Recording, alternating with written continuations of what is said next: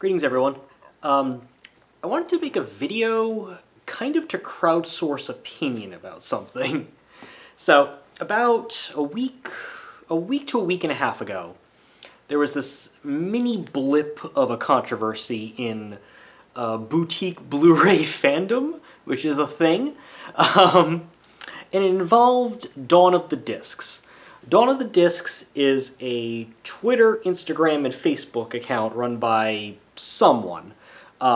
Given that the fan base based on YouTube videos I've seen and just the population of the Blu-ray.com forums appears to be largely people who look like me. White, almost middle-aged male movie fans. So I'm assuming that's who runs the account, but I don't know personally.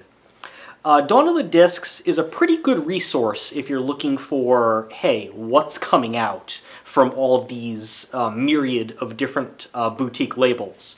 You can follow your favorite boutique label's official account, or you could follow several of them, like many people, including myself, do.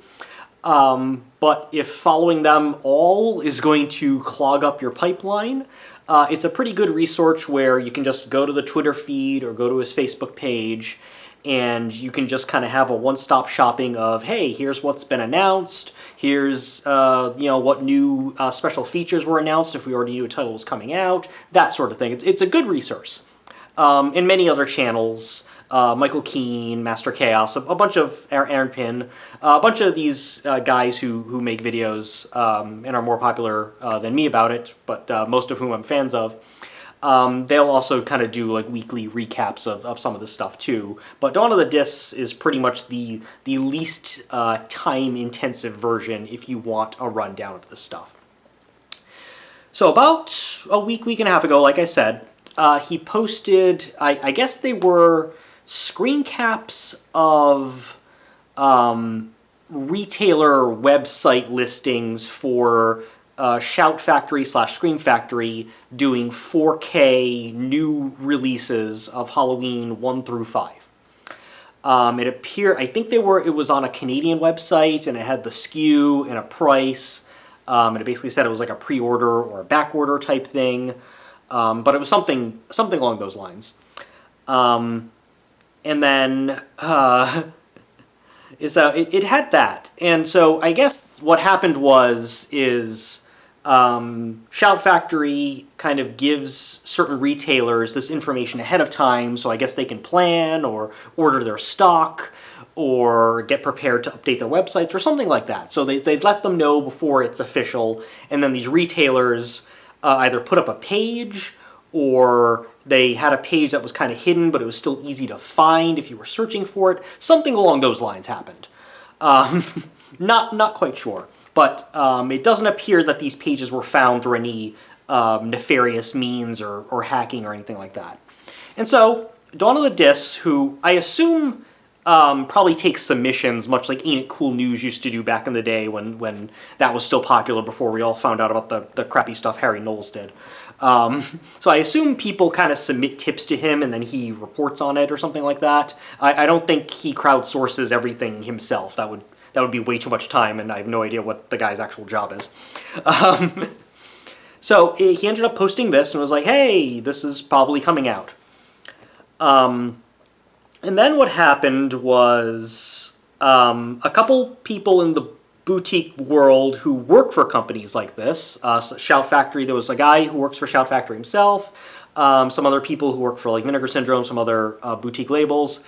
They basically expressed their frustration about stuff like this leaking because it basically messes things up. What does it mess up? Not quite sure. I'm guessing what happens is when these labels get the license to put these movies out, and then they prepare some sort of nice package, new artwork, extras which maybe we created in-house or maybe licensed from outside production or documentary companies, things like that. There's having something released early might screw some stuff up. In the Halloween 4Ks, I think it may have been that they were partnering with a couple other companies to release some stuff with bundles. Specifically, 7-inch records that have like 2 songs apiece on them for the first 3 Halloween movies, as well as some enamel pins. So I'm guessing if you have a contract with these third parties about something, then if something leaks, it may be too soon to have some of those materials, or maybe there's clauses in the contract where if something's announced before a date, then it severs something. I'm not quite sure, but essentially, and if you do know what an early announcement messes up, feel free to leave a comment and let me know, because I have a basic idea that if something is released too early, it might nullify some contract stuff, but I don't 100% know what the major problems are with this. It could be like legal and clearances and stuff like that, and it can mess things up. The only thing I can think of is like, if you're writing a screenplay for a movie and you're dead set on a song, if the people who own the rights to the song know that you're dead set on it, they'll jack up the price on you, versus if you're just like, hey, I want a song from the 90s or whatever. That's why a lot of screenwriters don't put the actual song they want in their screenplay, because if it's right in the screenplay, if you have a character singing along, whatever, the license owner knows like you're dead set on it, so they can jack up the price, as opposed to if you're like, hey, we just need a song from such and such era, or sounds like such and such this, then they might just quote you a regular rate. I'm assuming it's something similar to this if something is announced too early, as far as these contracts are concerned. But anyway, a lot of this frustration came about where one of the employees from Shout Factory, or Scream, I don't know if they work for both, if they have 2 separate teams, whatever, on their personal Facebook page, it was posted as public, but they basically expressed frustration about stuff like this leaking. They didn't mention Dawn of the Discs by name, they didn't mention what it was specifically, but everybody kind of knew who follows this stuff. And that's totally fine. Another Dawn of the Discs sort of mini controversy happened a little bit earlier than that, maybe a month ago or so, where Arrow Films, which is a British company, they had a bunch of announcements that were coming out for, I think, stuff that was coming out in like August, September type stuff. The biggest one being a 4K release of David Lynch's Dune from 1984. Love me some David Lynch Dune. And Dawn of the Discs had like the artwork and the extras, but he found it a day early before Arrow was announcing it, which, you know, it seems odd to announce the stuff like, why are you jumping the gun a day early? It seems, I mean, just to be out there. So there was already that, and then some people from Arrow also expressed frustration on Twitter and things like that. But this was different because I think the Halloween 4K thing, this was probably announced a lot earlier than they were expecting, and maybe because of Dawn of the Discs, they ended up doing a formal announcement probably a week later, maybe even less. Yeah, so I don't know if Shout Factory was rushed because Dawn of the Discs dropped it, or if it just happened to sort of be like that. But this employee expressed the frustration, and then later on, after the screenshots of like the Canadian website or the retail or whatever, Dawn of the Discs found or was given, I don't know, the artwork, the new artwork that's commissioned for the 5 movies. That's going to be on, I guess it's going to be the cover art on the disc itself, but that's going to be reversible, where you can choose the original cover art, the original like poster art, or you can do the new art. But I guess they're also doing a not a slipcase, but like a box, and that's going to have this new art. And Dawn of the Discs posted this new art before it was officially shown. And I don't want to speak in a large swath, but it appeared, at least just from browsing the forums and, film Twitter and all that stuff, that this art was not received very well. My personal opinion, aside from Halloween 5, where the mask really does kind of look like Nicolas Cage, I thought some of it was fine, but a lot of people had a very visceral negative reaction to it. I mean, obviously, the internet blows everything out of proportion anyway, so every negative reaction is exacerbated by the tunnel of the internet. But it seemed like that may have also triggered something as far as that negative reaction to that newly commissioned artwork. Which I didn't think was fair. I mean, some of the covers are better than the others, but I didn't think they were like garishly ugly or anything. But you know, whatever. I mean, and if the sleeve on the actual case is reversible, I mean, you know. So yeah, so I found that, and then it looks like someone copyright flagged the artwork post on Instagram. So basically, you know, this is newly commissioned artwork, so it's owned by Shout Factory. They own it. And so Dawn of the Discs Instagram account, all of the accounts, but Instagram is the one I'm going to talk about here because for a reason. But on Instagram, he posted this, and then it got flagged for copyright infringement, which makes sense because Shout owns that artwork. And I guess the flag listed like company, Shout Factory, the employee, and it was the same employee who expressed the negative opinion on Facebook. But then what was interesting is, so Dawn of the Discs posted about the flagging on all of the socials, and that same employee whose name was on the flag and who had previously posted the other stuff replied to that tweet basically saying, hey, I didn't flag it. I don't even run Shout Factory's Instagram account. This wasn't me. This is someone posing as me, and that's very weird. And I believe him. I have no reason to believe that this one employee would lie about this if they flagged a copyright. I mean, technically, they did have the right to flag it. I mean, it was the artwork was not yet out on public consumption, and they do own the artwork, so, you know. So that all happened. So I don't know if that was just an overzealous IP protector who did that and happened to counterfeitly claim he was this employee. But that's sort of what happened. And then shortly thereafter, not very shortly thereafter, Shout Factory finally did the actual announcement of that. Plus they announced some other cool stuff like Alone in the Dark, not the Uwe Boll one, but the 80s one coming out, and the other Elvira movie, and some other announcements. And it was very popular because the Shout Factory website wouldn't load and was kind of crashing for a little bit, almost as if they were Severin and not Shout Factory.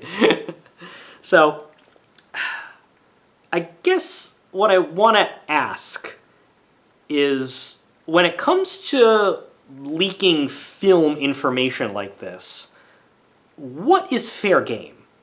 I think when it comes to actual news, by that I mean news that actually matters in the grand scheme of things, I'd say most people are tentatively pro-leaking to the news media. And by that I'm talking about like the Pentagon Papers, like stuff of actual societal consequence that matters. I mean, you may have, you know, people who may disagree with some illegally obtained information that later gets leaked, so WikiLeaks stuff, or, you know, Edward Snowden, that kind of thing. So you'll have arguments pro-leaking or against leaking. You might have some nuanced arguments that are against the person who leaked, but pro the publisher of the leaked information. But generally, if it's something that truly affects the public discourse, or it's about grave government malfeasance or business malfeasance, people tend to say, like, okay, I understand why this was leaked, I understand why this was published. Maybe there'd be individualized issues with particular ones, but generally we say that under certain circumstances, leaks are justified, or if not the leak itself, the publication of those leaks are justified. So what about something that is not as important and doesn't matter? So film stuff. I mentioned Ain't It Cool News earlier. Prior to the Harry Knowles stuff, that when we found out he did some horrible things and most of the people left that site and whatever, when I was in like high school and the early years of my college, Ain't It Cool News was this big site. The website design looked like shit, but everything did in like 1998. And it was very common for Ain't It Cool News to have people post about test screenings that they were in, despite everyone who goes into test screening has to sign an NDA. But they'd post like reviews of test screenings, or people would leak screenplay drafts, even if it's not the shooting script, and they would review those. And there were a lot of that kind of stuff was common. And Hollywood didn't particularly like that, their unfinished work product was being reviewed or leaked. And if they have a screenplay and it gets a shitty review there, especially if it's like a comic book or a nerd property, for lack of a better term, and they completely like decimate it and it's not something fans want. Like, I remember they reviewed a screenplay draft for a proposed reboot or remake of Escape from New York. I think that Gerard Butler was going to star in at the time, and like one of the revelations at the end was that like Snake Plissken was like one of many Snake Plissken clones or something. It was a horrible idea no one wanted to see, and it probably had something to do with tanking that prospective version of it. But that would happen where that, or if there was really negative comments about a test screening where it's like, they can't even do anything to fix this, then that might also start to generate bad buzz for a movie that probably wasn't on anyone's radar yet. And so a lot of people within the Hollywood community, and even some fans who are like, man, if it's not finished, it's not fair to review it yet, they put a lot of slack on Ain't It Cool. And then later on, Hollywood decided to, try to buy their favor. They would fly Harry Knowles to, special premieres and everything. I remember Godzilla '98 and like the Rollerball remake and a bunch of other stuff. And they would try to basically curry favor with Knowles and his other people. But that was a big thing that happened there in the late '90s, early 2000s, when that website was sort of at the height of its popularity. The biggest movie leak in recent history was the Sony hack, which was probably perpetrated by the North Koreans or someone hired by the North Koreans over being upset with that film, The Interview, that Seth Rogen and James Franco were making that makes fun of Kim Jong-un. They hacked like reams of emails and they leaked out, and Scott Rudin and Amy Pascal were caught making like racist comments in emails. The entire production history of that horrible Ghostbusters 2016 reboot was just laid bare. There was like talk about like a Barbie movie. There was talk about a possible 21 Jump Street Men in Black crossover. There was a bunch of stuff that leaked out. Will Ferrell and Kristen Wiig were making a kind of sort of parody of Lifetime movies that no one had heard about, and the knowledge of that leaked. They also ended up leaking actual movies onto torrent sites. I know Still Alice, the excellent Julianne Moore film about Alzheimer's, and a couple other movies, though not The Interview, oddly enough. But even, I remember... I used to review Goosebumps books on this channel, and a lot of like pre-production stuff about the Goosebumps movie, which didn't get released until much later. It was about like market forecasting and seeing how many people had heard of the brand, and it had like PowerPoint presentations, and it had test trailers that they screened to test people where they used different songs. They used that... Didn't know that it was dangerous, and they didn't end up using that song in the trailers at all. They used some bullshit song that was like, I just want to break the rules or whatever. But that was the first time we saw footage, or at least I saw footage from the Goosebumps movie, was seeing this illegally leaked pre-viz trailer that had different music scored to it and everything. It was very odd, like all that stuff leaked, and there was also stuff that was more important than that, like employee social security numbers and things too. That was a major hack on Sony. And I think most people would probably be like, hey, it's interesting to know this stuff, because as film fans, we're usually not privy to all of this really internal business stuff. I mean, maybe years after the fact, there may be exposés or even, like, if people are being very candid, extras on the eventual DVD or Blu-ray release might discuss some stuff.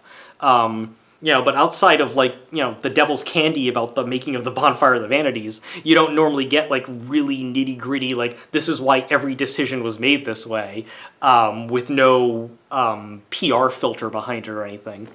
But most people would probably say that's, it's not fair game to literally hack a company to just get this stuff.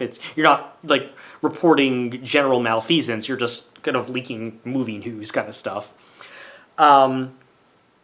So what happens with something like Dawn of the Disc, where it does not appear that Dawn of the Discs is doing anything illegal or finding, like, intricate back doors or anything? It looks like when Dawn of the Disc scoops something, it looks like either him or someone who tips him off is finding stuff that is somewhere out for public consumption, but not many people are drawing attention to it.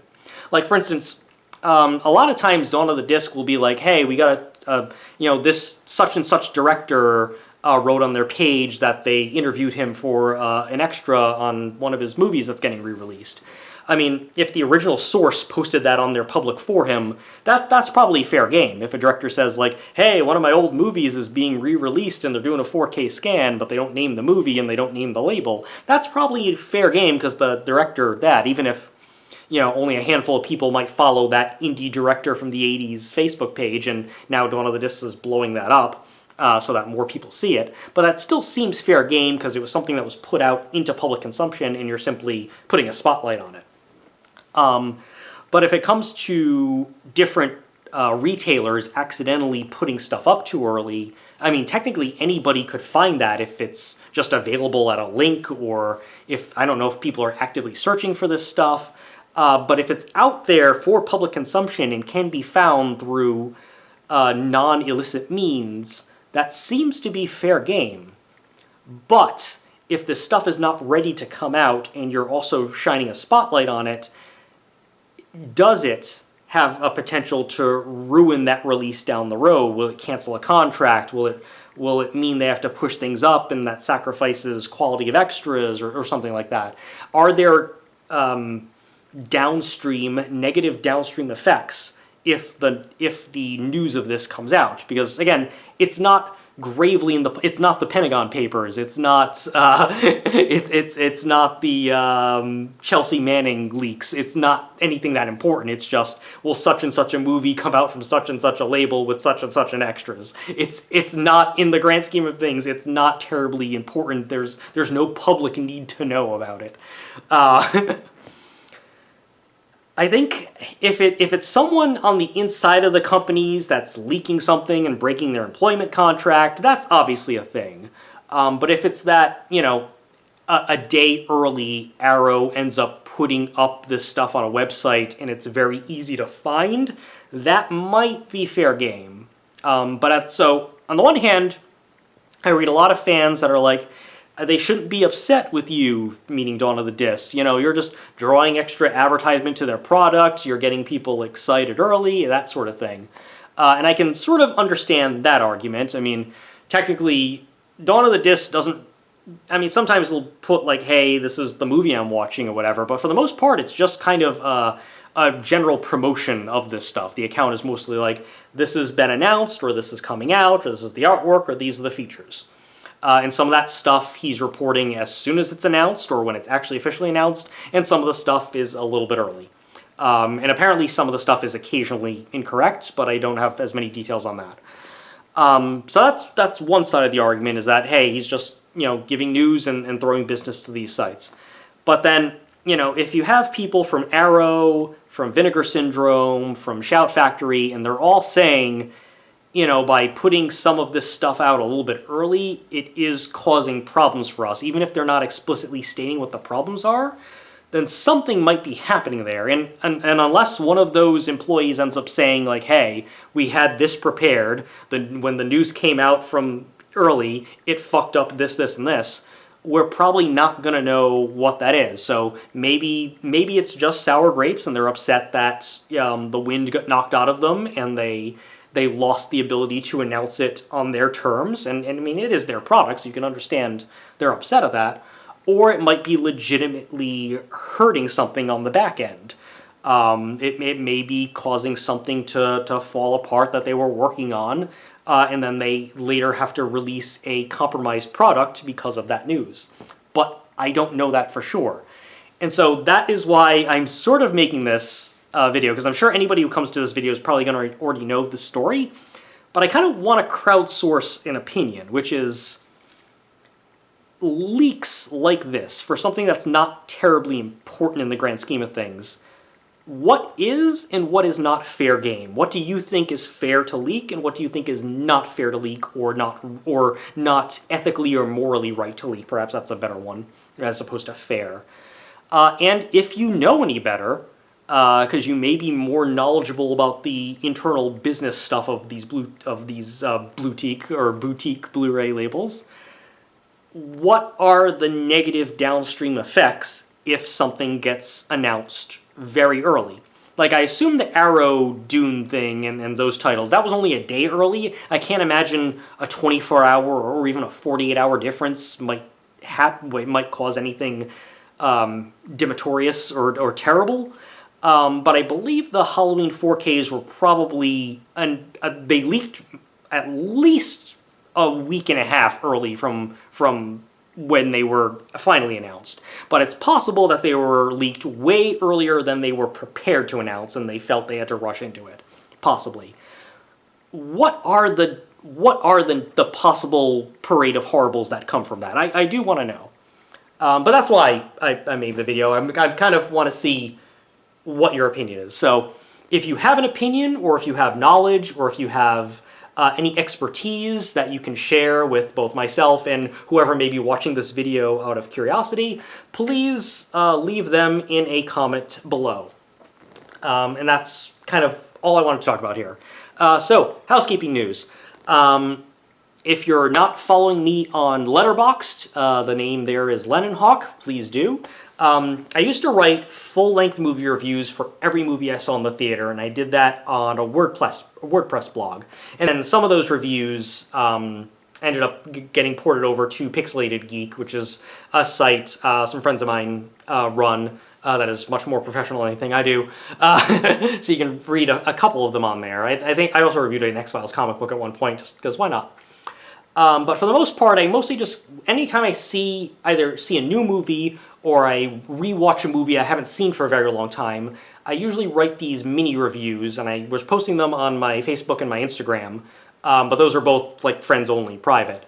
So Letterboxd is where I'm basically writing those things, the same stuff I post on there, but in a place that's more public, where if people are interested, they can see that and see whatever arbitrary star rating I've attached to it. So if you're wondering about what I'm watching and what I think about what I'm watching, feel free to follow me there, because I don't always post every film I sees, my opinion of them for public consumption, aside from the people who know me the best. So go ahead and check me out there, if you'd like. But that's about all I wanted to say for this one, so hope you're having a good day. Feel free to, click the like and click the subscribe and do all the algorithm things that help me out. So, the more engagement I get, the less lazy I'll try to be, and I'll push more stuff out because I'll know people want it. But otherwise, have a good one, everybody.